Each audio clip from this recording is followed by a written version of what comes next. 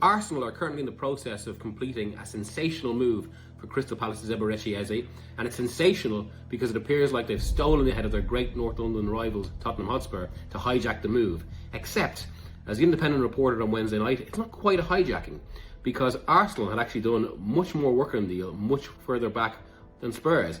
We reported that the outline of agreement was actually agreed between Arsenal and Crystal Palace as long ago as the 10th of August, and that after a summer of interest.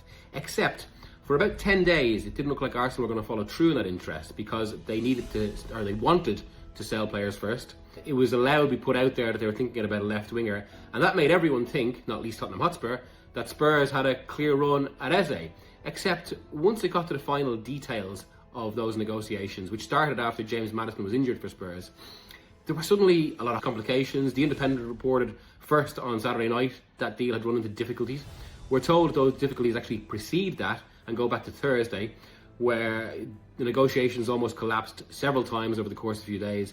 Just when it looked like it was going to be completed, there were hold-ups over issues like add-ons, over how much was going to be paid up front.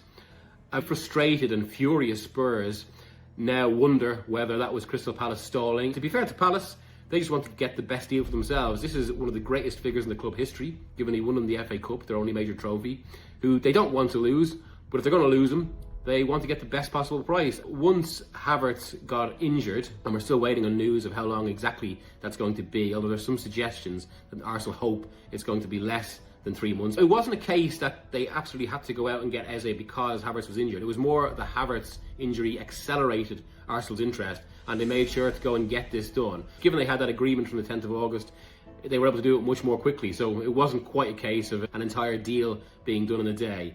The terms were 50 million and then 10 million in add-ons, whereas now Arsenal are paying 60 million and 7.5 million in add-ons, which is exactly what Crystal Palace wanted almost from a 68 million release clause that expired last Thursday. So for Crystal Palace, great business for them in the context of losing a player they don't want to lose.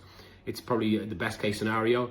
For Arsenal, they've really got a stacked attack now and look like they've got so much talent there. For Eze, it's a dream move he always wanted. He left Arsenal at the age of 13. He's made it clear he's a lifelong fan. And that's why Spurs never really had a chance when they're left trying to scrabble around and look what next. And that's another big story now of this window. What can Spurs do? Because Arsenal have subjected them to the other side of one of the biggest and most sensational deals of this window.